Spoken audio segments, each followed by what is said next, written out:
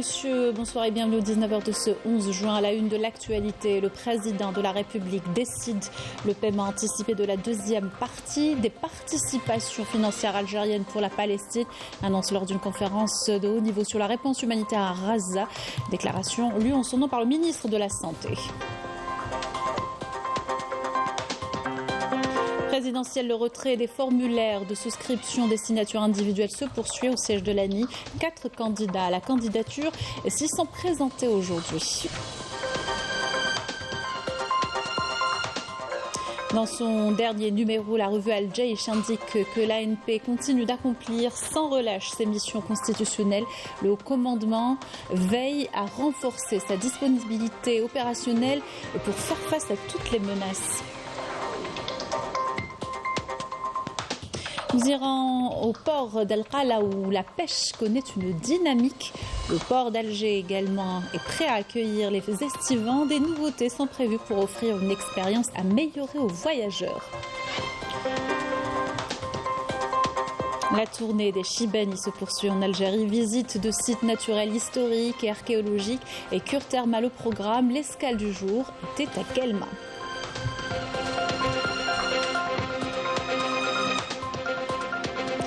Bienvenue à tous, heureuse de vous retrouver. Tout d'abord, représentant le président de la République Al-Medjid Tebboune, le ministre de la Santé Abdelhak Saihi prend part ce mardi dans la capitale jordanienne Amman à une conférence de haut niveau sur la réponse humanitaire d'urgence à Gaza. Cette conférence vise à identifier les moyens permettant de répondre aux besoins humanitaires à Gaza et les mécanismes pratiques garantissant l'acheminement immédiat et pérenne des aides humanitaires d'urgence. Lors de son allocution lue en son nom par le ministre de la Santé, le président de la République a affirmé que les massacres commis quotidiennement contre le peuple palestinien sont une honte pour l'humanité, assurant les efforts de l'Algérie en sa qualité de membre non permanent du Conseil de sécurité et de membre du Conseil des droits de l'homme, à être la voix de la sagesse et de la responsabilité, porteuse des aspirations des peuples opprimés dans le monde, dont celle du peuple palestinien. Le président de la République rappelle les efforts de l'Algérie dans le soutien de la cause palestinienne, la cause et le peuple palestinien, affirmant qu'elle invitait toutes les parties à adhérer à un processus pratique réaliste et pérenne, basé sur l'application des résolutions onusiennes, garantissant l'arrivée des aides humanitaires aux victimes. Elle s'engage à poursuivre son travail jusqu'à l'établissement d'un État palestinien indépendant et souverain. Je vous invite à écouter le ministre de la Santé. En adéquation avec les principes de notre politique étrangère, l'Algérie, en participant à cette rencontre importante, aspire à la réalisation de 3 objectifs principaux. Premièrement, l'activation des résolutions onusiennes de cessez-le-feu et l'adoption de moyens et de mécanismes afin d'arriver à un cessez-le-feu immédiat et permanent. Elle salue d'ailleurs la résolution 2735 qui doit être appliquée immédiatement afin de mettre un terme aux souffrances du peuple palestinien.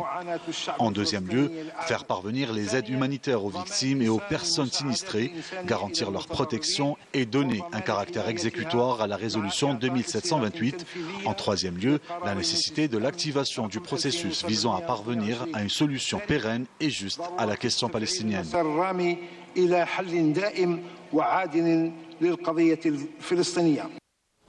Le président de la République a annoncé également le versement anticipé par l'Algérie de la deuxième tranche de sa contribution financière au budget de l'autorité palestinienne au titre de l'année en cours. On écoute. J'ai le plaisir d'annoncer à cette occasion la décision de l'Algérie de verser par anticipation la deuxième tranche de sa contribution financière vers le budget de l'autorité palestinienne au titre de l'année en cours, en espérant que cette contribution permettra d'atténuer un tant soit peu la souffrance de nos frères palestiniens en cette conjoncture difficile qui restera à jamais une honte pour l'humanité. Et le Conseil de sécurité de l'ONU a adopté hier une résolution américaine sur un cessez-le-feu à Gaza avec 14 voix pour et une abstention. L'Algérie a voté en faveur du plan pour donner une chance à la diplomatie de déboucher sur un accord qui mettrait fin à l'agression sioniste. Intervenant après l'adoption, le représentant permanent de l'Algérie auprès des Nations Unies, Ammar Benjama, a déclaré que l'Algérie était engagée aux côtés du groupe international à soutenir le peuple palestinien et à participer à la reconstruction de Gaza. Je vous invite à l'écouter. And unwavering Nous sommes convaincus que le texte peut représenter un pas vers un cessez-le-feu immédiat et durable. C'est pour cette raison que l'Algérie a voté en faveur du projet de résolution. Nous voulons donner à la diplomatie une chance de déboucher sur un accord qui mettrait un terme à l'agression contre le peuple palestinien qui dure depuis très longtemps. Je réaffirme l'engagement de mon pays en faveur du peuple palestinien, de la reconstruction de Gaza et de la création d'un État palestinien. S'appuyant sur sa solidarité avec le peuple palestinien, l'Algérie jouera son rôle et contribuera à l'effort de reconstruction internationale. Notre objectif premier doit être de mettre un terme à l'occupation et l'Algérie continuera à appuyer sans faille le peuple palestinien jusqu'à ce qu'il puisse atteindre ses droits inaliénables, y compris le droit à l'autodétermination et la création de son État avec El-Quds el-Sharif comme capitale. De son côté, le mouvement de résistance Hamas s'est félicité de la résolution adoptée par le Conseil de sécurité des Nations Unies appelant un cessez-le-feu immédiat, total et complet à Gaza et le rejet de tout changement démographique ou territorial dans cette dernière. Le bilan des attaques génocidaires sionistes contre la bande de Gaza s'élève désormais à 37 164 Palestiniens tués et 84 832 blessés depuis le 7 octobre dernier. De nouveaux bombardements et des attaques à l'artillerie lourde ont été enregistrés ce mardi dans plusieurs zones de l'enclave.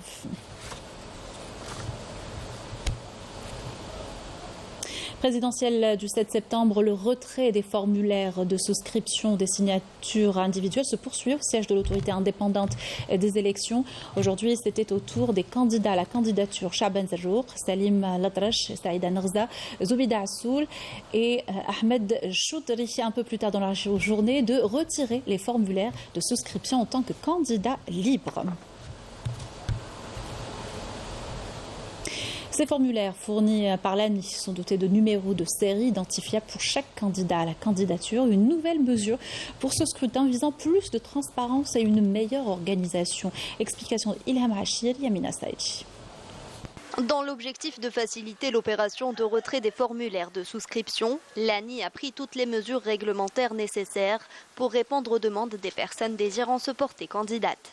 Les fiches de souscription sont dotées d'un numéro de série et sont répertoriées au niveau de l'ANI au nom du postulant, afin de barrer la route à toute tentative de fraude.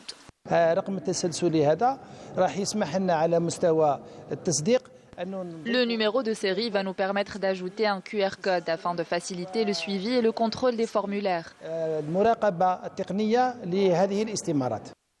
L'opération de retrait des formulaires de souscription nécessite des conditions réglementaires strictes, comme entre autres le dossier des candidats qui doit être respecté.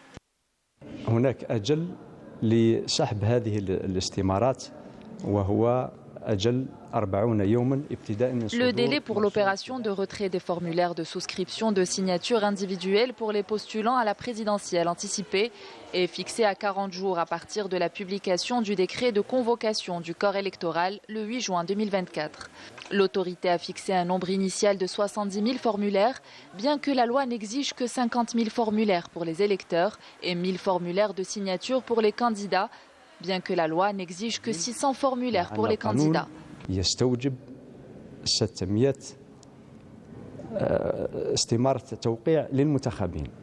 L'autorité nationale indépendante des élections déploie tous les moyens nécessaires et offre toutes les facilitations aux candidats souhaitant se présenter aux élections présidentielles, dont le compte à rebours a commencé depuis la convocation du corps électoral par le président de la République. Dans son dernier numéro, la revue Al-Jaish indique que l'ANP continue d'accomplir sans relâche, avec compétence, engagement et dévouement ses missions constitutionnelles. La préoccupation première de son haut commandement est de renforcer sa disponibilité opérationnelle et ses capacités de combat pour faire face à toutes les menaces. Dans son nouveau numéro, la revue Al-Jaish titre son édito « Algérie nouvelle avec la meilleure perspective prometteuse ». L'édito souligne l'importance de la souveraineté nationale, affirmant que celle-ci repose sur une armée forte et une économie développée. Affirmation du président de la République, Abdelmadjid Tebboune, et partant du principe que la sécurité est le pilier fondamental pour l'édification d'un État stable, développé et prospère, capable de s'adapter aux évolutions régionales et internationales. L'armée nationale populaire, digne héritière de l'armée de libération nationale, continue d'accomplir sans relâche et avec compétence ses missions constitutionnelles. Grâce à l'adoption d'une approche globale basée sur la formation et la préparation permanente au combat, l'armée nationale populaire a obtenu des résultats qualitatifs reflétant le haut degré de développement atteint durant ces dernières années, dénotant du haut degré de professionnalisme de toutes ses composantes. Des efforts qui sont orientés vers un seul objectif, asseoir et confronter la stabilité et la sécurité du pays, préserver l'intégrité territoriale et l'unité nationale, comme l'a réaffirmé le chef de l'état-major de l'armée nationale populaire. Tous les peuples, sans exception, ont le droit de vivre dans la paix et d'aspirer à la sécurité et à la quiétude. Il s'agit d'un droit garanti par toutes les lois humaines et les pays du monde entier œuvrent pour ce droit, en veillant à construire une force de défense dissuasive. Tout droit qui n'est pas appuyé par la force ne serait donc plus qu'un mirage et un objectif irréaliste. En ce sens, nous œuvrons au sein de l'armée nationale populaire, sous la conduite du président de la République et chef suprême des forces armées, ministre de la Défense nationale, à conférer à l'Algérie la puissance à même de préserver le droit de son peuple à vivre dignement dans l'indépendance et la souveraineté. Les hautes autorités du pays, à leur tête le président de la République, ont accordé une grande importance au développement du secteur agricole qui a enregistré des résultats positifs, démontrant que l'Algérie est sur la voie de l'autosuffisance alimentaire. Les différents secteurs économiques connaissent une grande dynamique marquée par le lancement de grands projets structurants, des efforts inlassables traduisant l'aspiration de renforcer la position économique de l'Algérie, engagement réitéré à maintes reprises par le président de la République. Je me suis engagé à développer de plus en plus l'économie et les signes de ce développement ont commencé à se manifester, comme le reconnaissent toutes les instances régionales et internationales, au point où notre économie occupe la 3e place en Afrique, avant d'ajouter que l'année 2027 sera décisive pour l'avenir économique de l'Algérie. Enfin, l'édito d'El Jaish conclut que toute la nation doit œuvrer en parachèvement du processus d'édification d'un État fort sur les plans internes et externes pour que l'Algérie puisse rester toujours forte et prospère de par son économie et ses capacités, solide et unie par son peuple et ses institutions, sûre par son armée nationale populaire, garante de sa souveraineté et de son unité. Dans l'actualité, sortie de 10 promotions d'officiers et de sous-officiers ce mardi à l'école supérieure d'infanterie Shahid Djelloul Abidet de Cherchel, promotion baptisée du nom du Shahid du devoir Brahim Sahli. La cérémonie a été présidée par le commandant des forces terrestres, le général-major Ammar Atamia. Yamina Saïdi pour les détails. Une cérémonie de sortie de 10 promotions d'officiers et de sous-officiers a été organisée à l'école supérieure d'infanterie Shahid Djelloul Abidet de Cherchel. La cérémonie a débuté par le passage en revue des carrés des stagiaires par le commandant des forces terrestres, le général-major Ammar Atamia.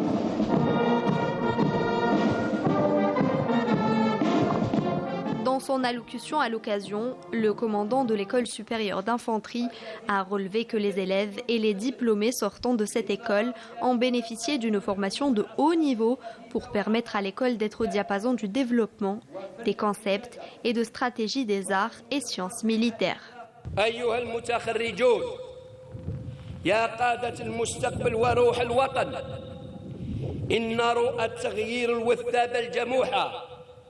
وأهداف قيادتنا الطموحة يمكن تحقيقها إذا حميتموها بدمائكم ودفعتم عنها بأرواحكم.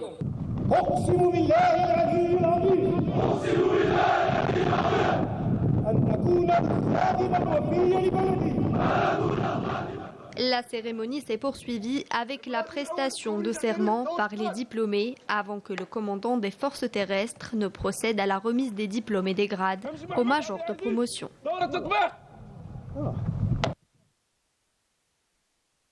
S'en est suivi la passation de l'emblème national de l'école à la nouvelle promotion. Les promotions ont été baptisées du nom du shahid du devoir, Brahim Sahli.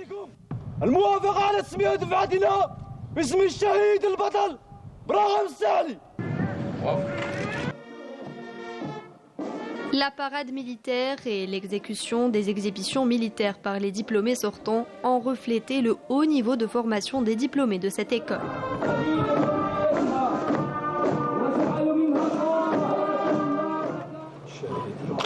Après la parade militaire, un hommage a été rendu à la famille du shahid Brahim Sahli. À la fin de la cérémonie, le commandant des forces terrestres, le général-major Ammar Atamia, a signé le livre d'or de l'école.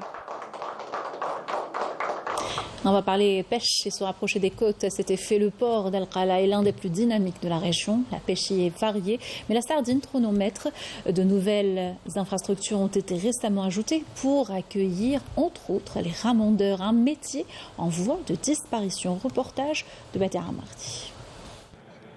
La belle côte d'Al-Qala abrite un nouveau port de pêche qui participe à l'essor économique de la région en mettant à la disposition des consommateurs des produits de la mer tels la sardine pêchée par une importante flotte.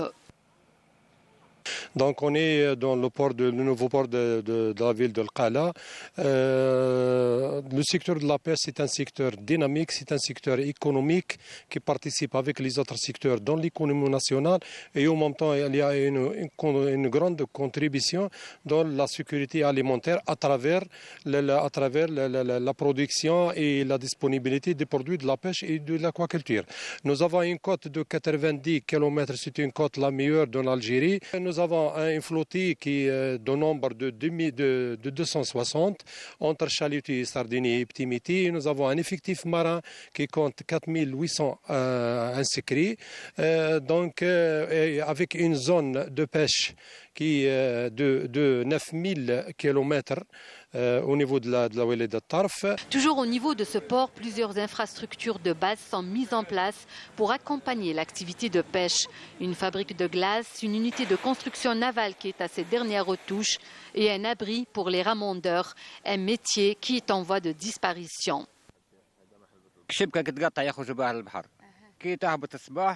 Nous sommes 5 frères, nous travaillons tous comme ramondeurs. Nous avons hérité de ce métier de mon père. Les conditions de travail sont difficiles sous le soleil et sous la pluie. Nous voulons transmettre ce métier aux jeunes, mais il faudrait ouvrir une école de formation.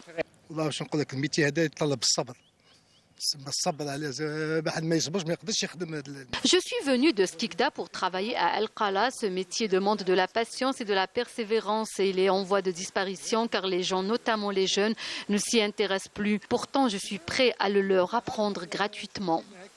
Pour la formation des femmes ramondeuses, on a ouvert 2 sessions auparavant pour qu'ils obtiennent un crédit en GEM. Donc la session était à peu près de 12 à 18 femmes, je crois. Donc, Inch'Allah, il y aura aussi d'autres sessions pour les femmes. Le port de pêche d'Al-Qala connaît des travaux d'extension pour renforcer ses capacités et étendre ses activités. Un projet qui portera la longueur totale du quai à 120 mètres et augmentera la capacité d'accueil de la flotte maritime. Direction un autre port, celui d'Alger, où le Bedji Mourtala a accosté, marquant le début de la saison estivale. La gare portuaire s'est dotée de nouveautés pour offrir une expérience améliorée aux voyageurs, sans oublier les facilitations douanières et l'expansion pour accueillir plus de traversées. Reportage de Yanis Saïd Belkrassi. Le majestueux Bedji Mourtar 3 accoste au quai de la gare maritime d'Alger-la Blanche, annonçant le début de la saison estivale. À mesure que la passerelle se déploie, les voyageurs sont ravis de fouler à nouveau le sol du pays après une longue traversée depuis l'autre côté de la Méditerranée. Après 18 heures de traversée, le Bedji Mourtar 3 est arrivé en terre ferme. À bord, 634 véhicules et 793 passagers. Je suis content à mon pays, surtout l'Algérie. J'adore l'Algérie, même les équipes du bateau aussi bien accueillies. L'émotion, j'ai les larmes aux yeux. Eh ben oui. Hein. La traversée s'est bien passée? Très bien, ça va, un peu fatigant, mais ça va, dans les normes. À l'intérieur de la gare maritime, de nouveaux panneaux de signalisation, une connexion Wi-Fi et de nouveaux espaces d'accueil, autant de nouveautés apportées pour améliorer l'accueil et assurer le confort requis avant l'embarquement et après le débarquement. C'est bien organisé apparemment et puis un bon accueil pour le moment. On s'inscrit dans une continuité, dans une amélioration continue, dans le cadre de mettre dans les meilleures conditions possibles le transit des passagers. Les agents de l'entreprise portuaire d'Alger s'acquittent de leurs tâches en amont et les services de douane en aval pour assurer un débarquement rapide des fluides. Même pas un quart d'heure et je suis dehors. Les inspecteurs des douanes algériens du port d'Alger offrent diverses facilités aux voyageurs, notamment une priorité pour les familles. Leur véhicule sera traité en premier, suivi par les véhicules moins de 3 ans. Les formalités douanières sont simplifiées au grand bonheur des passagers. Nous avons mis en place un couloir vert dédié aux personnes âgées et aux personnes ayant des besoins spécifiques. Nous veillons également à assurer une prise en charge rapide des voyageurs. Ça s'est très bien passé. Ils ont été super gentils avec nous et alhamdoulilah. Vous êtes contente d'arriver à... Contente, oui, très contente. Alhamdoulilah, on va passer l'Eid, ce qui fait plaisir. Les douaniers, franchement, masha'Allah, ils nous ont pas trop embêtés. Le voyage s'est très bien passé. Badji Mokhtar, masha'Allah, très beau bateau, bon service. De qualité, franchement, ça fait plaisir de revenir, ça fait vraiment plaisir. Ça donne envie aussi de venir plus souvent.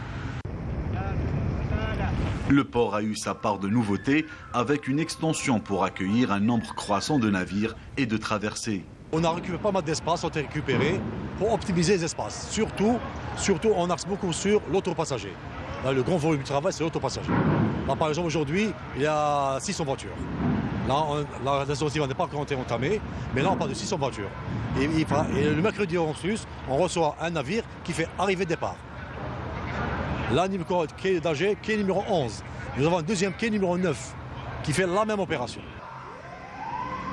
Pour cette saison estivale, Algérie Ferry propose une promotion attractive.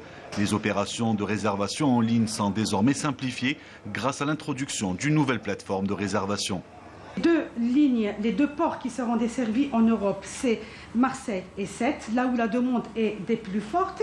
Un port espagnol, Alicante, à partir d'Oran et d'Alger, et le port de Gênes à partir de Skikda.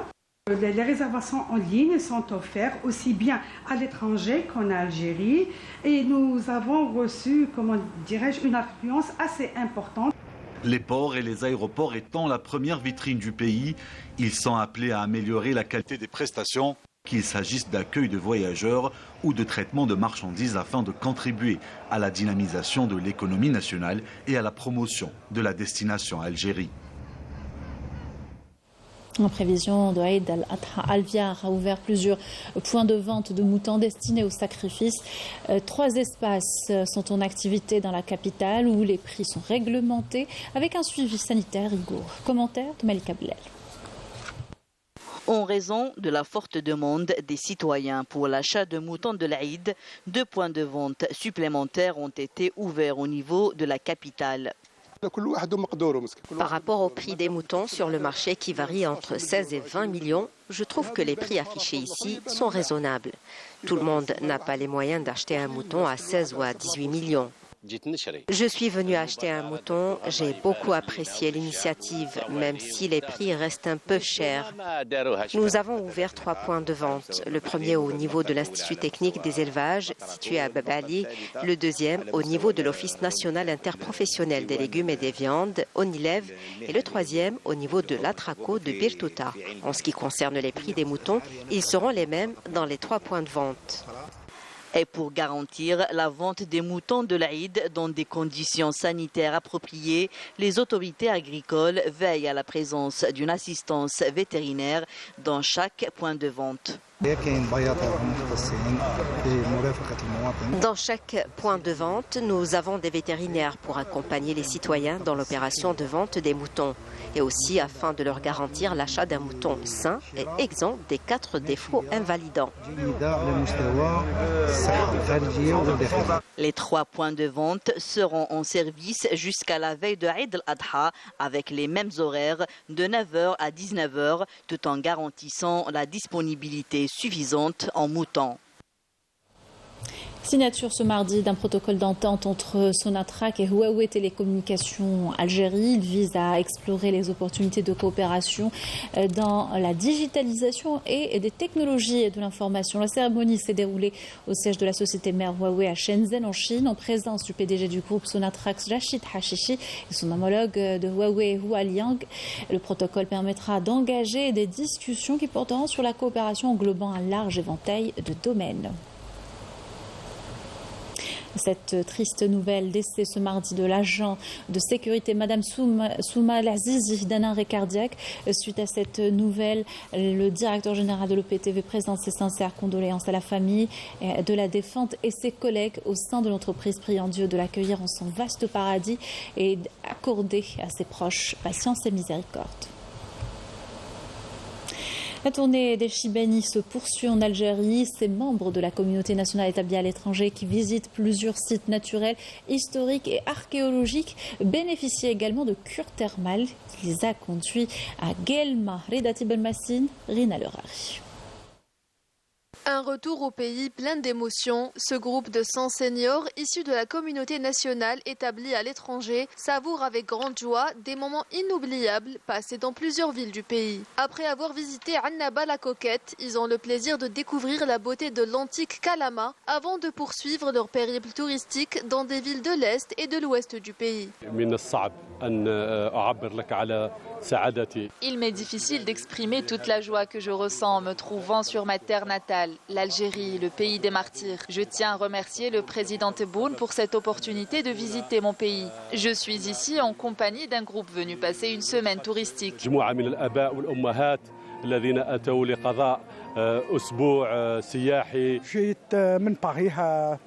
suis venu de Paris. Nous avons commencé notre séjour à Annaba où nous avons été très bien accueillis. Ensuite, nous nous sommes rendus ici à Guelma.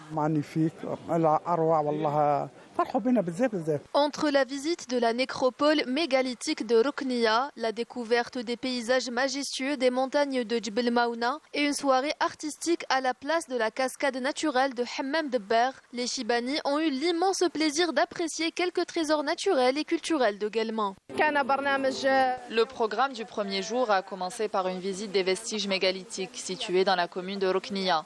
Ensuite, nous avons admiré les paysages époustouflants de Djbel Maouna, un site naturel de la wilaya de Guelma. Demain, nous visiterons la maison du défunt Houari Boumediene, ainsi que le théâtre romain et le musée du Moudjahid. Le président, il a fait quelque chose de bien. Guelma, je ne la connais pas. C'est la première fois que je viens. Je viens depuis que je suis petit en Algérie, mais c'est la première fois que je viens à l'Est. Et ça me plaît vraiment. C'est une belle région. Moi, si je parle de mon pays, je pleure. Après avoir exploré Guelma, la délégation a poursuivi sa route vers Hammam Gergour à Sétif pour ensuite faire escale à l'ouest du pays, précisément à Tlemcen pour une visite à la fois touristique et thérapeutique en bénéficiant des bienfaits du thermalisme. Un circuit riche qui permettra à ses visiteurs de renforcer leurs liens avec la mère patrie.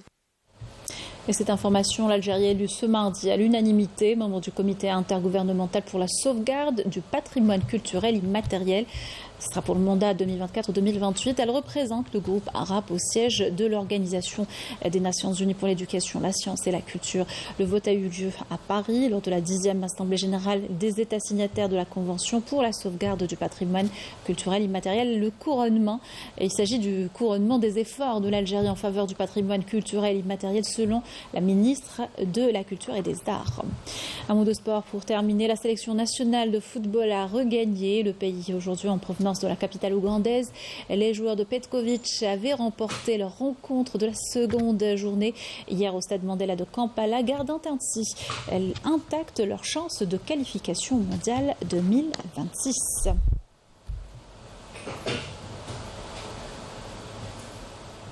C'était là la dernière information de notre journal. Merci de l'avoir suivi. Excellente soirée sur Canal Algérie.